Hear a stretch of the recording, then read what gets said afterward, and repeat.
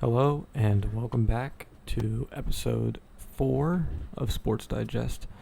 My name is Jason and welcome back to another episode of Sports Digest, a sports audio podcast written and produced by me, Jason. Today I'll be discussing the 2024 training camp for the NFL and how football is basically back. We have our first game tomorrow. Not we as in the Titans, but we as in collectively as an NFL fan base. We have our first game tomorrow night at 8 o'clock on ESPN.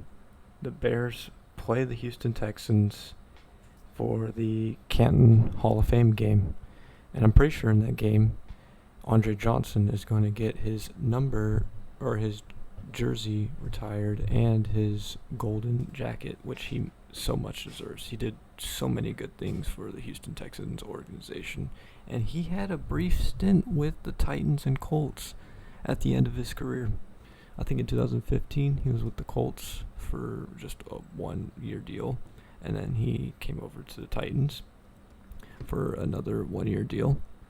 But that was 2016. That was a much different team. We had Marcus Mariota and Rashard Matthews, etc., the Mike Mularkey era. I mean, that's the end of Ken Whisenhunt was 2016. He got fired well into 2015. Ken Whisenhunt was not that good, and Mike Mularkey also wasn't that good. And then we moved from Mike Mularkey to Mike Vrabel, and then now from Mike Vrabel to Brian Callahan. So this past offseason has been one of the better ones I could imagine in recent memory. We had a good amount of things that took place in Nashville, including the open practice that I fortunately went to. And today I will discuss the 2024 training camp preview, basically what I've seen, what I've saw from Saturday's open practice, and some of the things I've personally took note of whenever I went to the Saturday open practice that was held in Nissan Stadium. First practice to fans in 5 years, and I don't believe that they might have 2 more practices open to fans, but they're very limited seating in St. Thomas Sports Park, and tickets probably already sold out. But that's what I want to get my main focus on, is the training camp preview and some breaking news yesterday. So Tuesday morning, Paul Kuharsky has announced that Titans outside linebacker Arden Key will be suspended for the first 6 games of the NFL season. He has been suspended for the first 6 NFL games of the season for violating the NFL's performance-enhancing drug policy. And for an edge group that is pretty well-rounded, just got pretty thin. And that's a big blow to this Titans team just in the outside linebacker position. I mean, yes, you are going to have Harold Landry and probably Chance Campbell, Rashad Weaver, and Otis Reese the fourth, and Shane Ray, Caleb Murphy, but no Arden Key to start the season off for the Titans.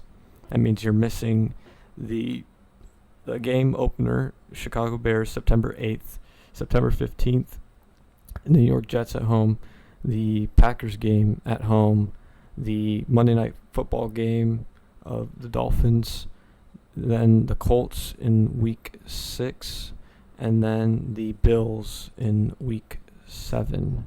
And that's a pretty big blow to the whole team, but I think that the Titans should look for some veteran pass rushers.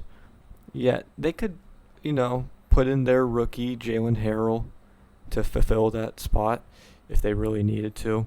But at the end of the day, that really is a tough blow for this Titans team, which has already started off training camp pretty decently. Yesterday there was a few skirmishes and a couple dog fights, as reported by the great Jim Wyatt, of TennesseeTitans.com, and there was some fighting going along inside of St. Thomas Sports Park. I think it was between Jeffrey Simmons and rookie left tackle J.C. Latham, and they just had a skirmish, and apparently it was really bad. They were piling on each other, and Brian Callahan had to tell them to break it up, and that's not always a good look to the team. Also, one of the more recent free agency acquisitions that the Titans had in 2024 was agreeing to a contract with safety Jamal Adams. And my thoughts on that will come as follows. He is a great safety. He's a great veteran player for this Titans team. He can provide good depth he's probably going to start at safety, to be honest, because his situation in Seattle with his contract was falling apart. He was already falling apart once he reached his second or third year with Seattle. And as soon as, last year, he wanted out, but he got released by the Seahawks back in March. And the Titans go ahead and pick him up here July 11th. And then they also made a move to sign Shane Ray and Corey Levin, while also cutting their undrafted free agent running back Dylan Johnson.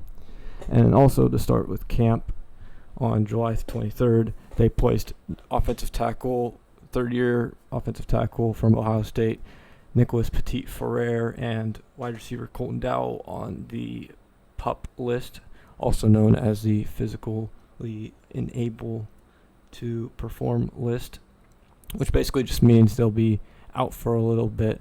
But I saw a report earlier today that NPF, aka Nicholas Petit-Ferrer, is going to be back with the team hopefully Friday and get practice reps going on from Friday on. And then there's no real timetable for Colton Dowell to return, but hopefully he'll be coming back in the coming weeks, hopefully before the season starts, and he'll come back into this team and get some more reps as a probably wide receiver 7 or 8 on this team, because this team, from where we stand right now, it looks pretty dang good. I'll go over all of the transactions we went from in free agency starting in March 13th, and then move along to now with Jamal Adams recently signing with us as soon as 2 weeks ago. And I will discuss all those transactions in just one moment. Moving right along and having free agency be as well as it could get, I will continue to discuss how those moves in free agency impact our 2024 team and have a look over at the Titans roster. So March 14th, 2024 officially started free agency. They re-signed running back Julius Chestnut, running back 4, probably on the roster. They also signed a deal with Jack Gibbons. They re-signed Nick Westbrook-Akine. They have signed running back Tony Pollard, coming from the Dallas Cowboys. Signed Lloyd Cushenberry, center, used to be on the Bengals and Broncos. Signed cornerback Chidobe Owuzue. Signed linebacker Kenneth Murray Jr. from the Los Angeles Chargers. And they also signed Jack Gibbons to an exclusive rights tender, meaning no other team could. He's basically like a restricted free agent. Basically re-signed a restricted free agent. Moving on to March 15th, signed offensive tackle Sadiq Charles, quarterback Mason Rudolph, wide receivers Calvin Ridley and Nick Westbrook-Akine, and also released Andre Dillard, which, as you know, he was not that good this past year for us. He was abysmal, to say the least. He literally signed with us last March, didn't do that good to protect Will Levis and Ryan Tannehill, let up so many sacks. I think this past year, the offensive line gave up, 64 sacks, which is a lot if you really think about it. That's about 5 a game, which is kind of crazy. Yeah, I think that's about 5 a game. Yeah, 17 times 5, and that's probably not 5 a game, but it's pretty close to probably about 4 a game. 4 sacks a game, that's terrible. They needed to revamp that offensive line after what I've seen from the 2023 season. And usually, I really like this roster better than last year's roster. That might sound crazy to say because we did lose Derrick Henry and we did lose, Andre Dillard, Aaron Brewer to free agency. But getting someone like Pollard, a veteran running back, it provides really good depth to our team. And Tony Pollard and Tajay Spears just scream pretty good production. And I think Pollard also averaged like 3 to 4 yards per carry last year. I think 4 yards per carry. I didn't really go a deep dive into Tony Pollard's stats, but he was really good for the Cowboys for the past 4 years. He was really good. Great running back, physical running back, and he's really, really shifty. Like, he can move really quickly, get in between the zone gaps, and can do his very best. Now, on March 20th, they re-signed Nick Folk to another 1-year deal and signed defensive tackle Sebastian Joseph Day. And my thoughts on that signing is pairing someone with, Jeffrey Simmons, and that's basically like the Nico Autry replacement, who also got suspended 6 games earlier for the PED violation, which I'm not going to get into it completely with Arden Key, but there's like a time and place for that. But it looks like he's going to be suspended for the first 6 games of the year, which it is a devastating blow to this team for a position that really didn't have much edge depth, to be completely honest with you. I mean, you're going to get to see more of Jalen Harrell and Harold Landry, which is always great. Caleb Murphy, Shane Ray, Otis Reese. That's what you're basically going to see from week 1. The Harold Landry is going to play opposite of Caleb Murphy, and then they're going to rotate Caleb Murphy with, Jalen Harrell, the rookie out of Michigan, and Shane Ray, who the Titans signed previously, as soon as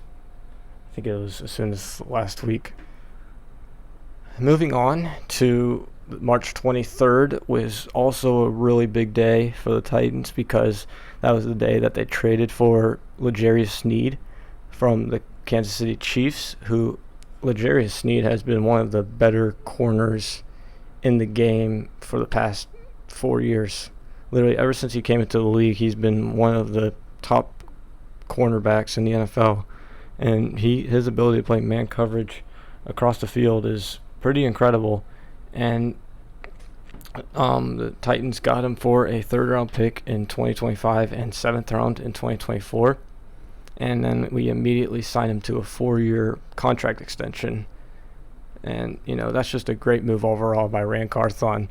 And props to Rand Carthon for turning over this roster from last year to this year without, losing too many pieces, while also gaining pretty damn good pieces. Like L'Jarius Sneed and Chidobe Awuzie would replace Christian Fulton and Chris Jackson in that quarterback room. And the quarterback room now is pretty darn good from what I've heard and what I've seen of also Jarvis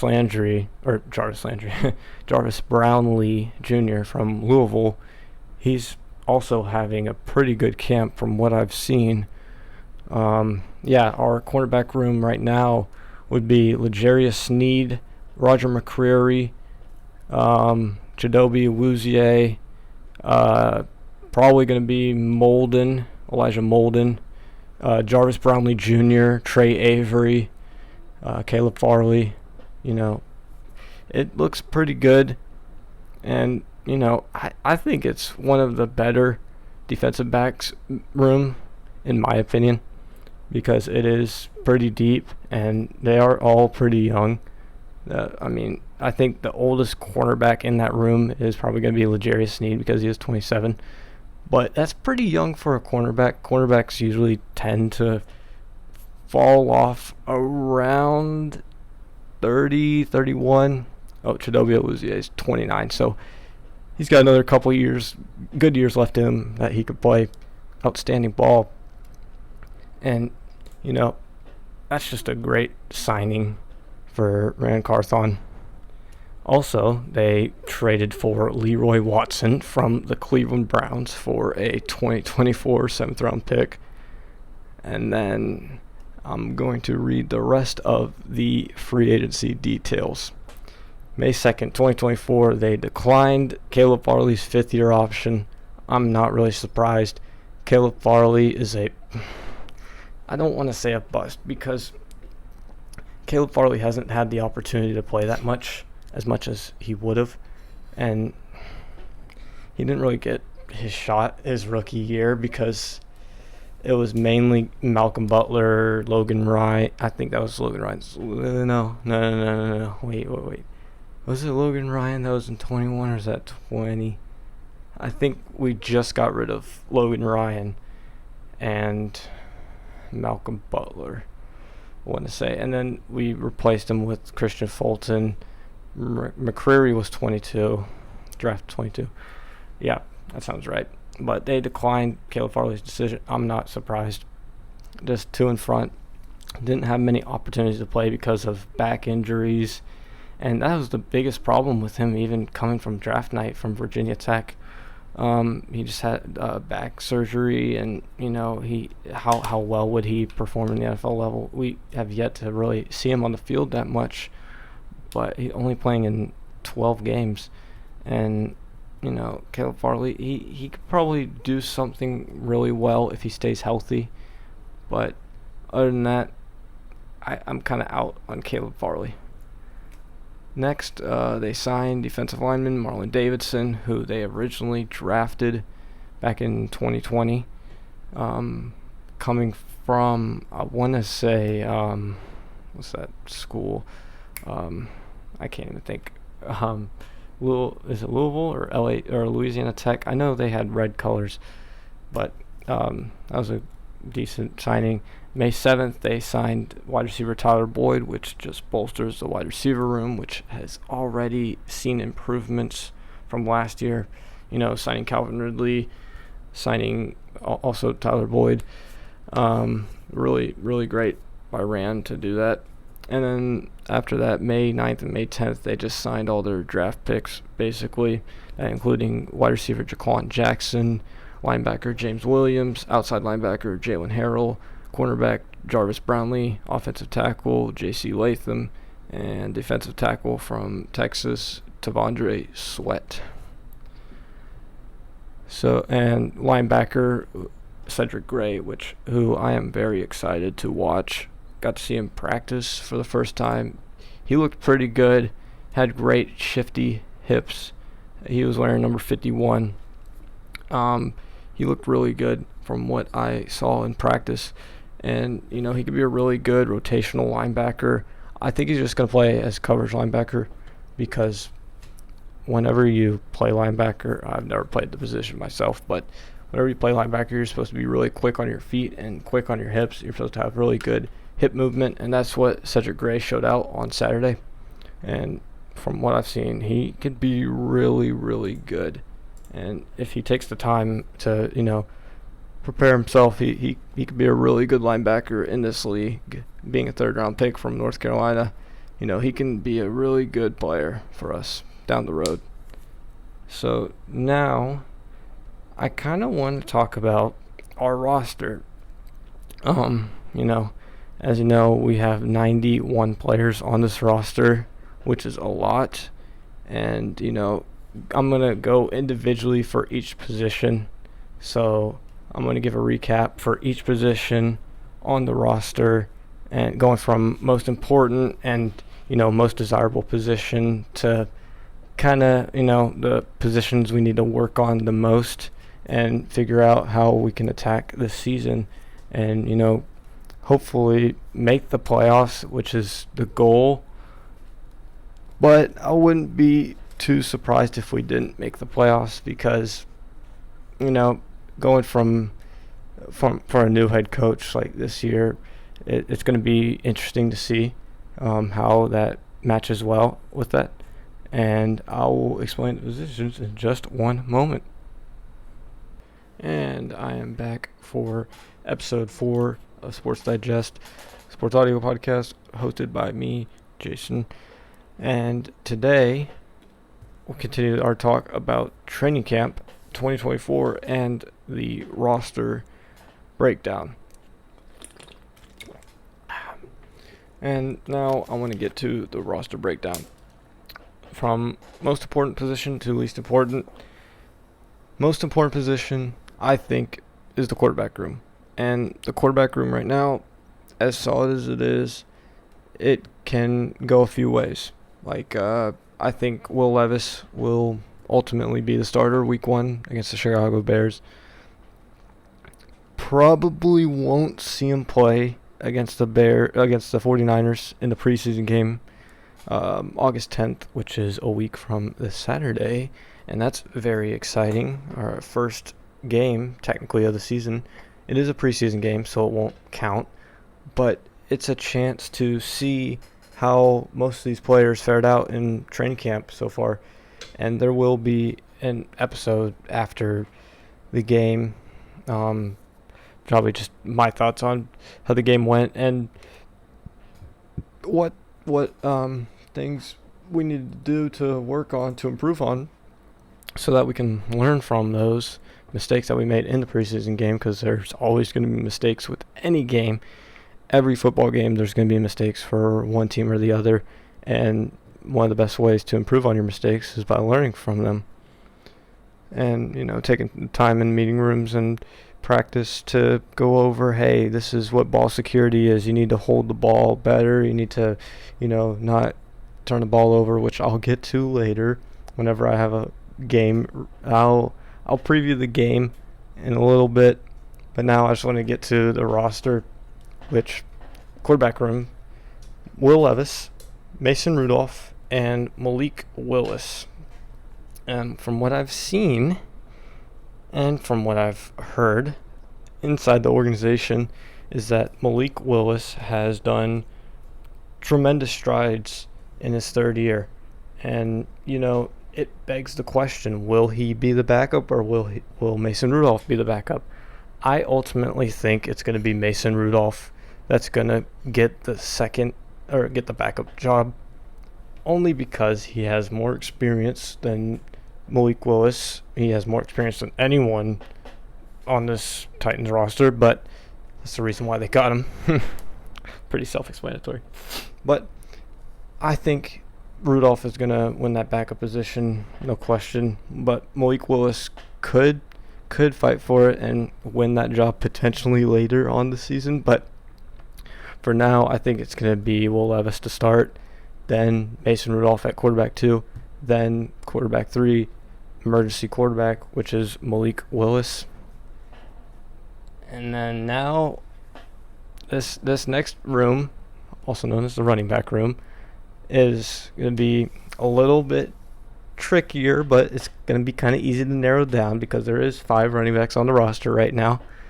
And right now it's Tajay Spears, Tony Pollard, Jabari Small, Hassan Haskins, and Julius Chestnut. Now, Spears is definitely going to split carries with Tony Pollard.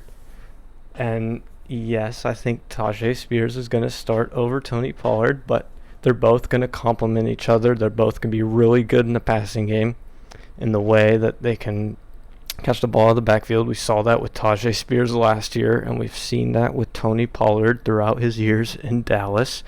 We've seen him be phenomenal in the passing game and, setting up at least over 400 yards catching and 400 yards rushing last year with Tajay Spears, and Tony Pollard rushed for over 1,000 last year. And it's going to be fun to see both of them play because they're both such dynamic backs in this league. And then the third running back is probably going to be Jabari Small and then Hassan Haskins, ultimately cutting Julius Chestnut. But that's what we have the whole preseason for, is to see who will be that third down running back. And I think it's personally going to be Jabari Small. Yes, he is a little small. No pun intended.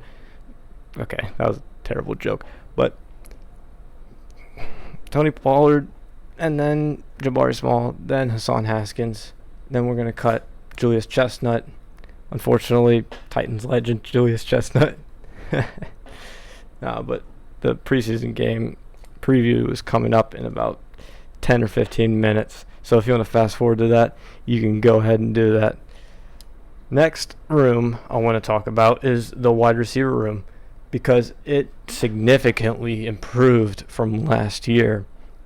Last year we did sign D-Hop and got Colton Dowell from the draft and Traylon Burks.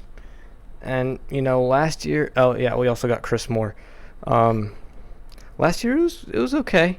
Chris Moore actually surprised me the most because he had a lot of great catches for us, especially in that Browns game. He was really good. And I think it was there was another game that he did really well in. I just can't think of the game. But he did pretty good for us, notching over 450 yards for the year. And obviously D-Hop had a 1,000-yard season. Calvin Ridley had a 1,000-yard season with the Jags last year. Tyler Boyd had 700-plus receiving yards last year for the Bengals. Plus adding Calvin Ridley really does help this wide receiver room. Right now, the wide receiver room looks as follows.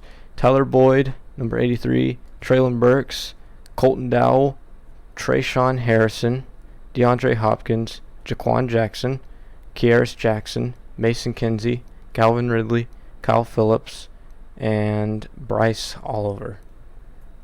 So I think D-Hop is ultimately going to get that wide receiver 1 spot safely. And then following immediately is going to be Calvin Ridley. Then Tyler Boyd's going to be flitting into that Y position, a.k.a. the slot. And then it's going to go Traylon Burks, wide receiver 4. Jaquan Jackson at wide receiver 5. Colton Dowell. Nick Westbrook-Akine. And then Kearis Jackson and Kyle Phillips. I don't know how they're going to get 7 wide receivers that they can put on this roster. And, you have a lot of talented guys competing for a spot. And only time will tell what they'll have in their final 53. Because what they have is a 91-man roster. And what they do is every week from the first preseason game, they have to cut it from 91 to, I think, 75 after week 1 of preseason, and then from 75 to 63, and then from 63 to 53, and they'll have that roster done with, and then add some. I think there's only 12 spots on the practice squad, also known as P squad, and scout team. Shout out to all the scout team players out there. Practice squad, you're amazing. You do incredible things for the organization, and a lot of these players, these wide receivers, they're really talented in many ways, and it's going to be really exciting to watch D-Hop, Calvin Ridley, and Tyler Boyd all just shine out, I think, and make that easier for Will Levis to go to, because they have that built-in chemistry already from this previous years. And, that helps a quarterback a lot out. Really, it does. And, having a great wide receiver core is important in this league because it's such a pass-heavy league. And, we're going to be seen as a probably pass-heavy offense, to be honest, rather than being a conventional, run-the-nose football team that we've always been. That we always have been. With Derrick Henry and Chris Johnson and DeMarco Murray, and the list goes on and on. Eddie George, we were historically a run-first team up until this past year when we got rid of Vrabel earlier in January and replaced him with Brian Callahan 2 weeks later. And the dynamic shift from being so run-heavy to now, being pass aggressive, really helps out the wide receivers. And frankly, the tight ends, and I'll get to the tight ends in just 1 second, but this wide receiver core is something to be really excited about, and can't wait to see more of, because your wide receiver core makes up your whole team pretty much. And if they're off one day, then you might as well hand it off to Tony Pollard or Tajay Spears. But it's going to really come down to those three players, though. D-Hop, Calvin Ridley, and Tyler Boyd. Those are the main three players that a lot of people are caring about, and frankly I care about, because those wide receivers, dude, they're something else. Like that Dolphins game last year, D-Hop had a really great game, and even the Falcons game when he had 3 touchdowns. It was incredible to see that. I was there at that game. It was really fun to see D-Hop just absolutely go off. Anyways, moving on to the tight ends. Now, the tight end room, it honestly looks pretty good. I mean, you got 2 really good tight ends in Chig Okonkwo and Josh Wiley. And how both of them will play, it's going to be really fun to watch them both play. And, Chig is a really fast tight end. And also we signed Nick Vannett and Thomas Odukoya. I don't know where their teams were previously, but those are probably going to be the 4 tight ends that the Titans will end up keeping on their roster. Obviously Chig had a pretty decent year this past year. He's a really fast tight end out of Maryland. He can really run the route really well. He can, block for you. He can do it all as number 85 on the Titans. He is phenomenal. And Josh Wiley too. He can, run block. He can pass block. He can do really good. He can do A-gap protection. Basically what that means is you have 4 or 5 offensive linemen, and you get that 1 offset tight end, kind of like a wing T formation. It's what an A-string offset tight end split is. So when you have 6 blocking on the front, and watch for that. Watch for what you would call a deuce, aka a linebacker. Make sure they don't come off the edge. A deuce is basically a snare that the offensive linemen say to their tight end for blocking. Like, hey, if I wanted to call a deuce for Chig, I would be like, hey Chig, it's a deuce. It means he's going straight to the will linebacker and pulling him in when it's a running play. But I'm not an offensive lineman. I'm not tall enough to be an offensive lineman. And if I was tall enough to be an offensive lineman, I would have to also be at least 300 pounds, because that's what most offensive linemen are. They're like 6'5", 312 pounds or whatnot. All right? They're just huge, huge men, which is another great segue into the offensive line room. But wrapping up on the tight ends, I think Chig and Josh Wiley are going to have really great years, And, Josh and Chig are just 2 great-minded tight ends. They know the scheme really well, and they'll get used to Brian Callahan's offense under what's offensive coordinator's name? Nick. What is it? I forgot what his name is. That's terrible. But under Nick Holtz, I think that's what his name is. Nick Holtz is offensive coordinator for the Titans, and Denard Wilson is the defensive coordinator for the Titans. I think they'll both do really well, and really, really just play the pass catching game and pass and run blocking game really well, as the tight end is expected to do. Moving on to the offensive line room.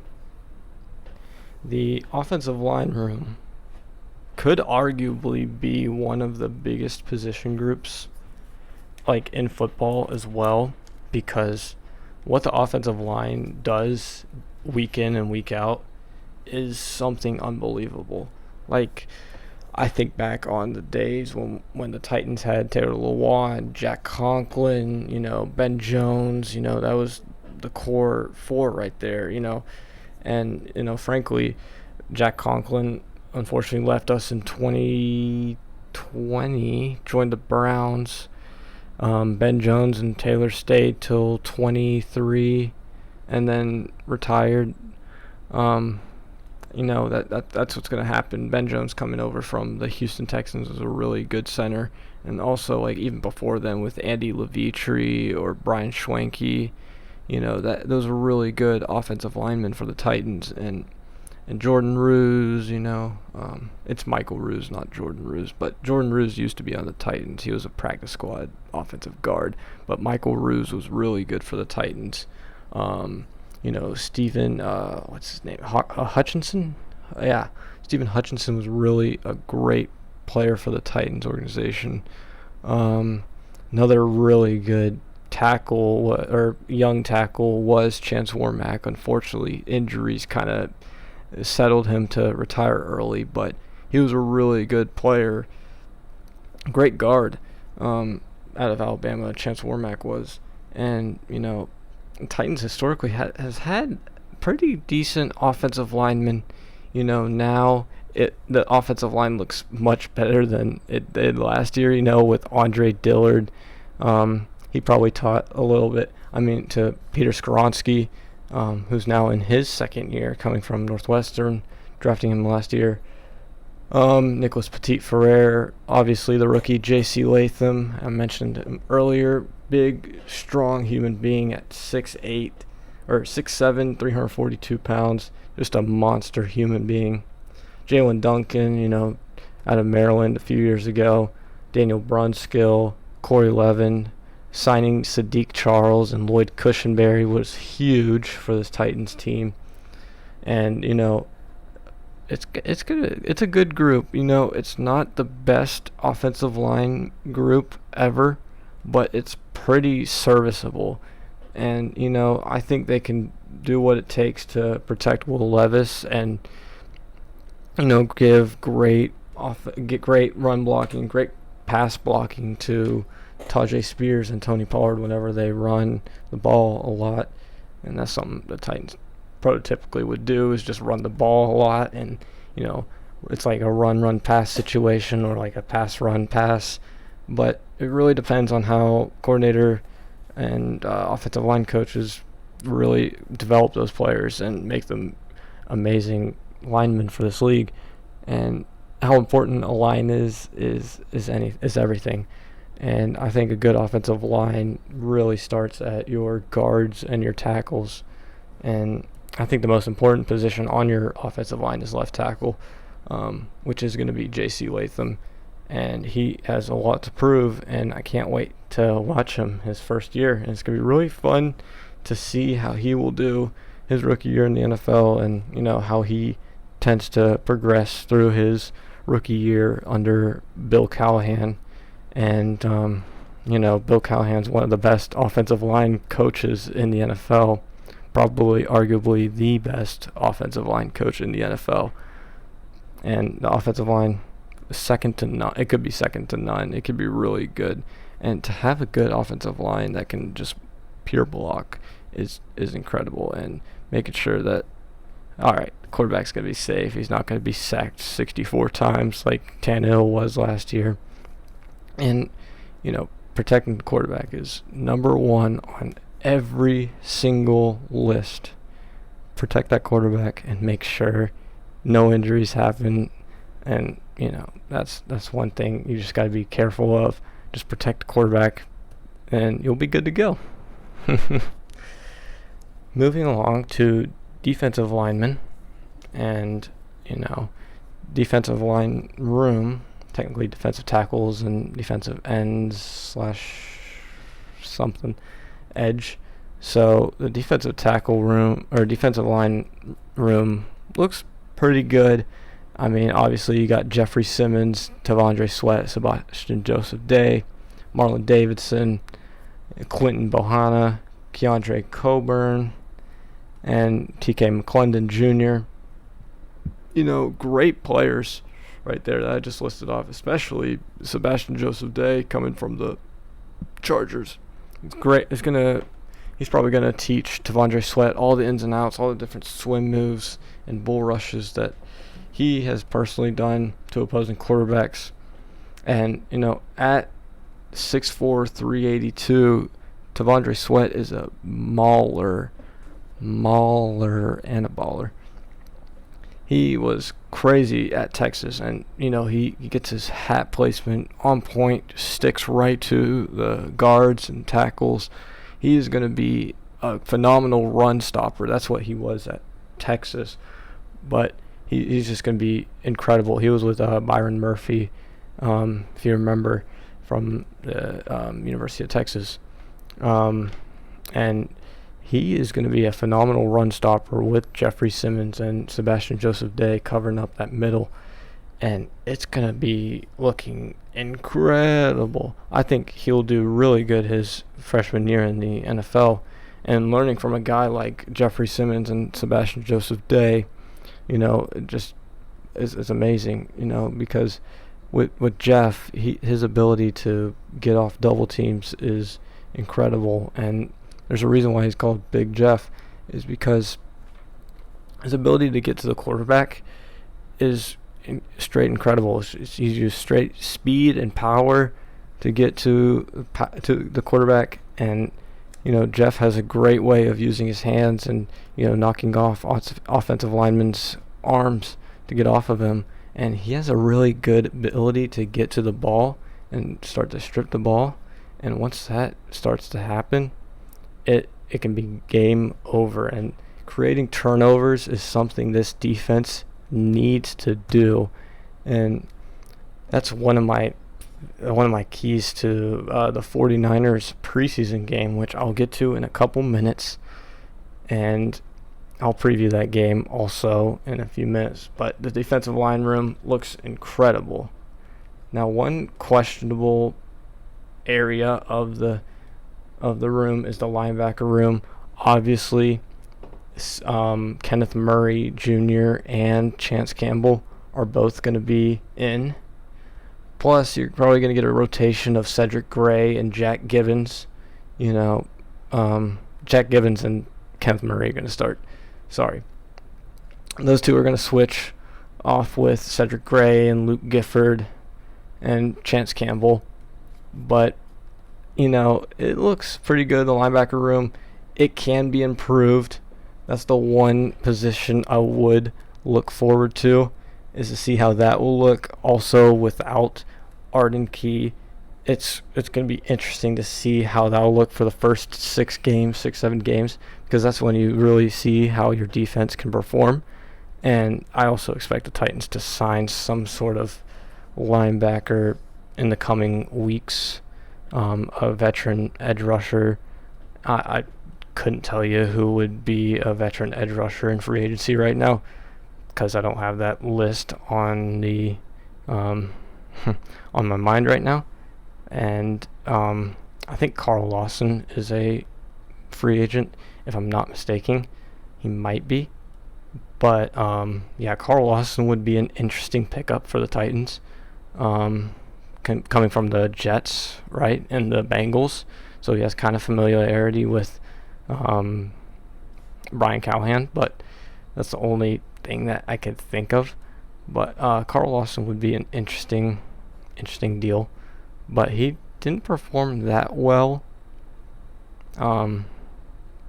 He could sign somewhere at this point. Carl Lawson, he's not that old either. He's like 29, 28.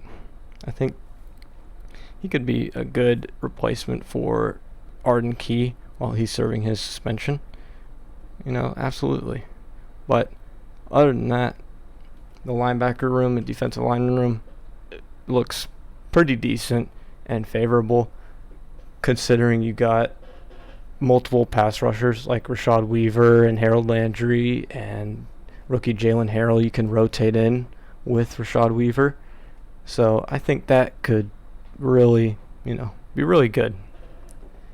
Now, the most improved, obviously, room would go to the quarterback's room, right? The DBs are going to get their love right now because they're probably I think it's probably one of the best cornerback rooms in the NFL. I think it's definitely a top 10 cornerback room in the NFL. With the additions of Chidobe Awuzie and L'Jarius Sneed, I think that those are two pretty good deep corners you can rely on that, can get the job done in man coverage, and obviously have a proven track record of being two really good corners in this league, and pairing them with Roger McCreary and Elijah Molden, adding in Jarvis Brantley Jr., getting Caleb Farley back from injury, Eric Guerra, Trey Avery, a lot of great additions to this Titans team. Plus, with the safeties being Jamal Adams and Amani Hooker playing opposite of each other, it's going to be really fun to see both of them play together, because Amani Hooker always grew up watching Jamal Adams, throughout college at Iowa, and that was just a cool, reunited moment.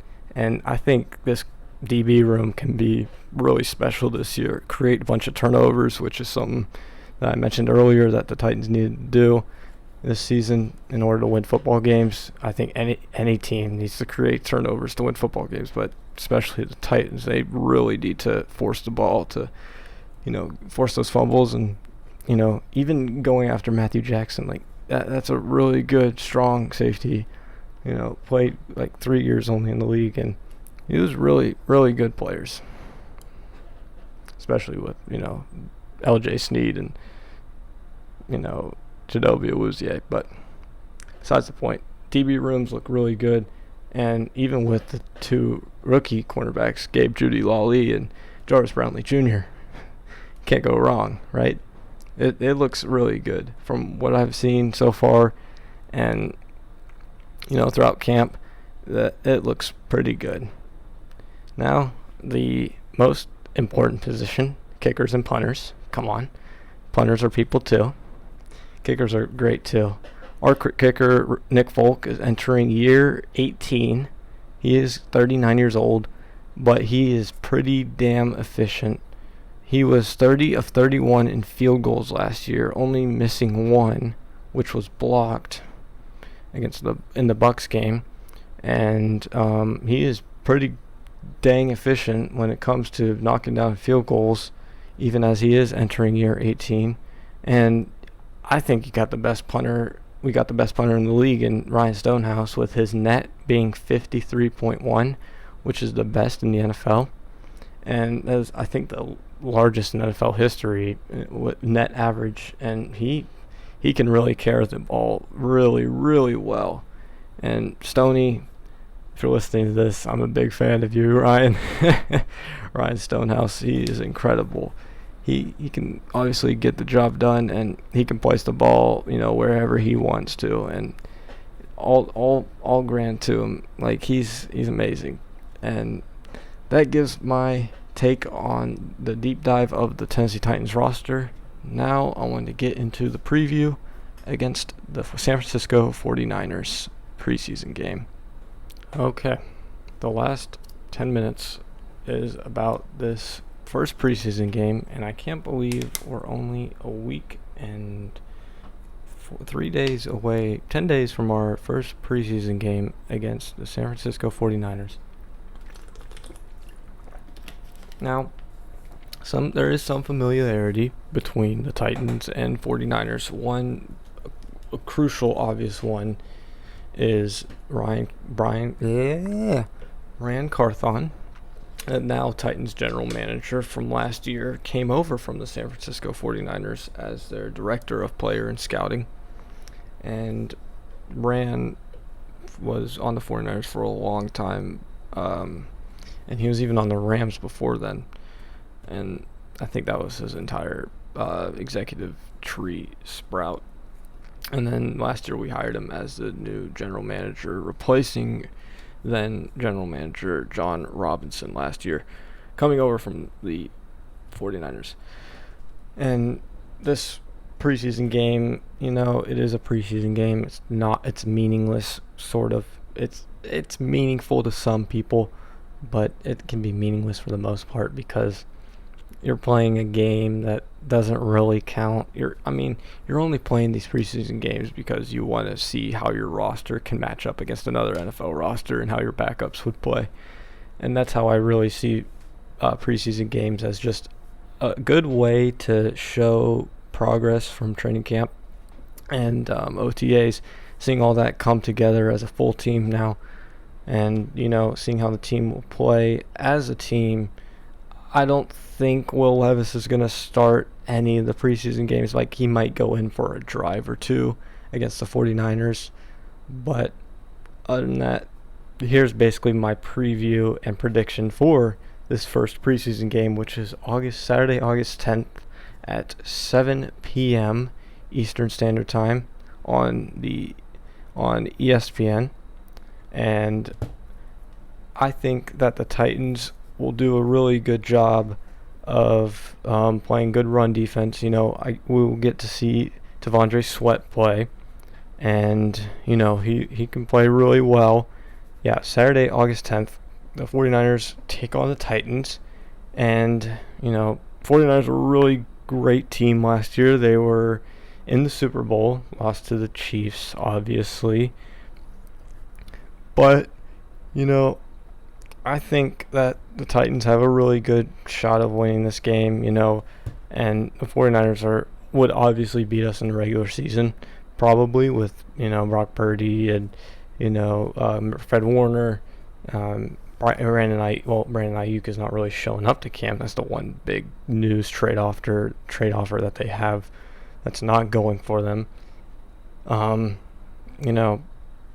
Preseason games, it's a good way to see players like Jarvis Brownlee and T'Vondre Sweat show up.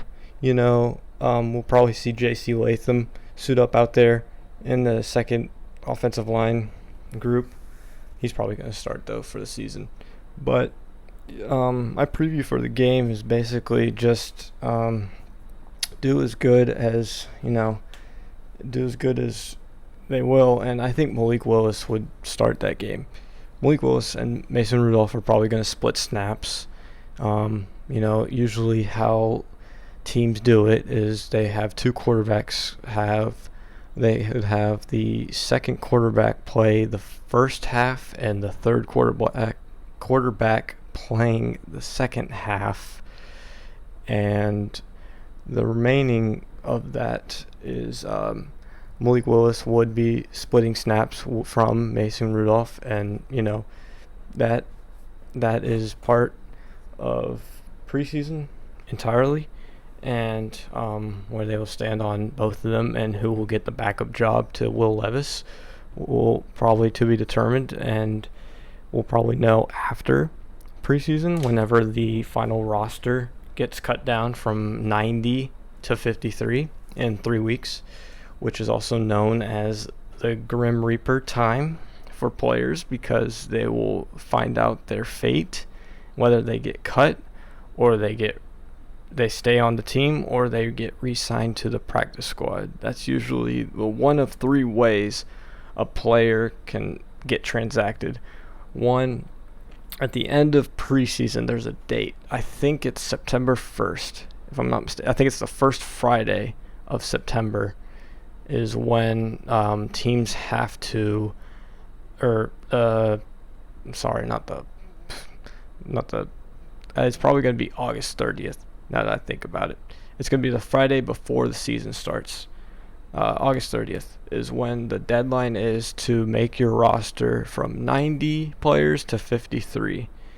And teams have a really strong decision to make in that decision, where one, you can either keep your player, and most of the players that I've listed today will make the 53-man roster.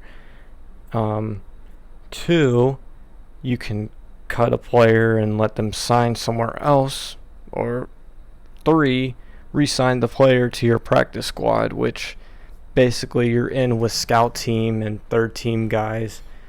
And in your practice squad count, you can only have 12 players. 12 or 13 players. I think it's a little bit less. It might be just 12. I think it's just 12 players that you can keep on your practice squad.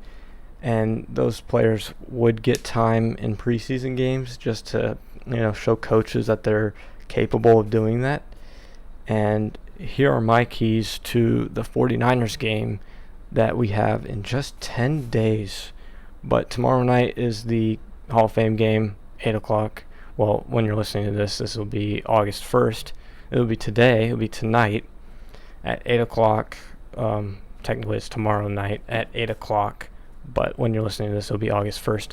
August 1st, 2024, the Hall of Fame game will be at 8 o'clock Eastern Time. And football will officially be back with the Chicago Bears playing the Houston Texans in Canton, Ohio for the Hall of Fame game. Cannot wait to see that because football will be officially back by then. We are so back. And here are my keys to the preseason game against the 49ers. Number 1, limit the amount of turnovers on offense and create turnovers on defense. Yes, absolutely. The best thing about this game is that some shit is going to happen. You're going to fumble the ball. You're going to throw an interception or two. But limit the amount of turnovers you give, because if you can limit your team to 0 turnovers, that's a win in my book, because a lot of players have a tendency to just run with the ball and they don't, secure the ball well. But I'll get to ball security later because that is another one of my point. That's like my fourth key. But the first one is just limit the turnovers, please, on offense. And 2, create turnovers on defense. You don't want to have a team that can't create turnovers, and you'll lose football games if you can't make a play on the ball. Seriously, make plays on defense and create as many turnovers on defense as possible. Number 2, penalties could become a big problem if not handled correctly. Limiting the penalties on offense and defense. Yeah, that's another coaching thing. Literally, penalties are your worst nightmare because as a player, you don't want to commit penalties. I remember having holding calls as a DB, and my DB coach would yell at me, being like, "What the fuck are you doing?" And I'm like, "I don't know." He's like, "Stop fucking holding him." As football coaches, they can get really sterned out, but don't hold on to a player. Literally push or attack the player as quickly as possible. Don't hold on to any players.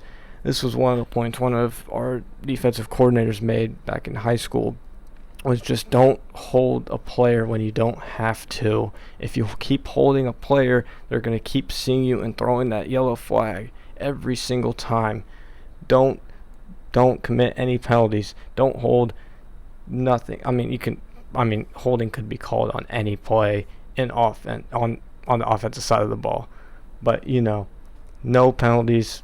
Be really good. Limit the penalties. It could become disastrous if penalties. Just don't commit any penalties. Number 3, I kind of mentioned this a little bit with limit the amount of turnovers, but take care of the football whenever you're running the ball.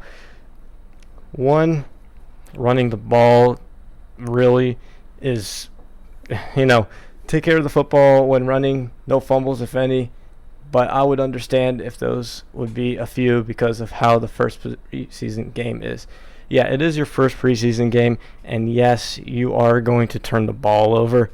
That's just part of the game, but take care of the football. Hold it well. Ball security is always important, especially in this game when you got players that can, hard-hitting safeties that can just jar the ball out.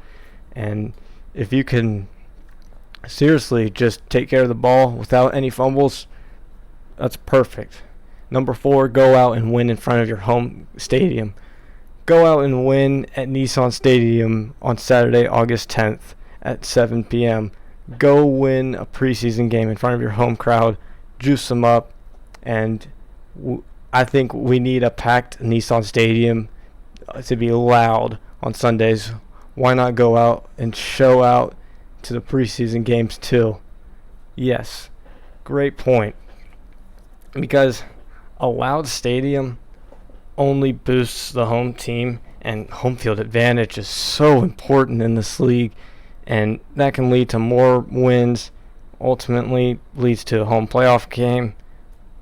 Unfortunately, our home playoff record these past 4 years have been abysmal because we lost to the Ravens 20-13 in the divisional game, or no, it was the wild card game in 2021, and then we lost our home playoff game to the Bengals I think it was like I want to say 19-16 off of a Ryan Tannehill thrown interception into triple coverage going to Westbrook-Akine, and it was just a bad ball tipped up, caught by the Bengals, and it was just a really sad and cold night in Nashville, and that was the last time we were in the playoffs, and it was just a really, really dark time, especially when we had Julio Jones and A.J. Brown, and you find out that offseason you trade A.J. Brown and to the Eagles for a bag of chips. Basically traded A.J. Brown for Treylon Burks. Yeah, that has not panned out to be so well after all.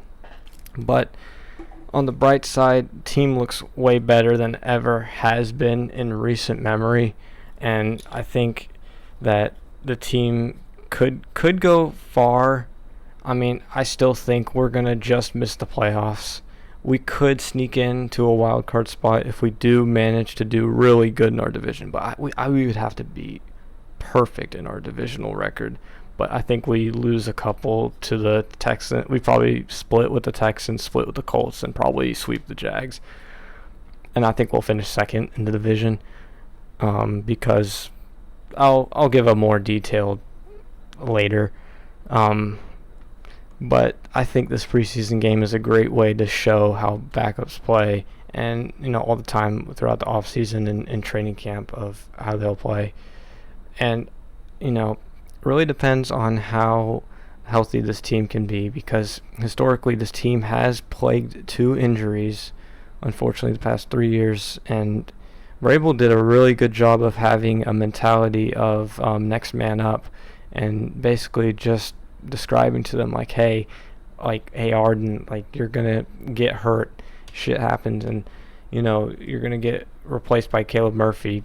And Caleb Murphy came in for a few games last year and played pretty well, and then next man up mentality, going from turning over 89 players on a roster that ultimately won him Coach of the Year in 2021, and doing that, and having the best record in the AFC helped a lot, going 12-5 and losing to the Bengals, unfortunately, with Joe Burrow. And that really could have been our year to win the Super Bowl, was 2021.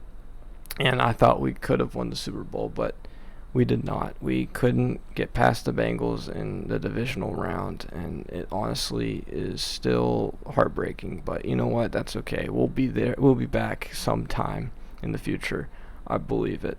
And if you can believe in something, it'll really happen. And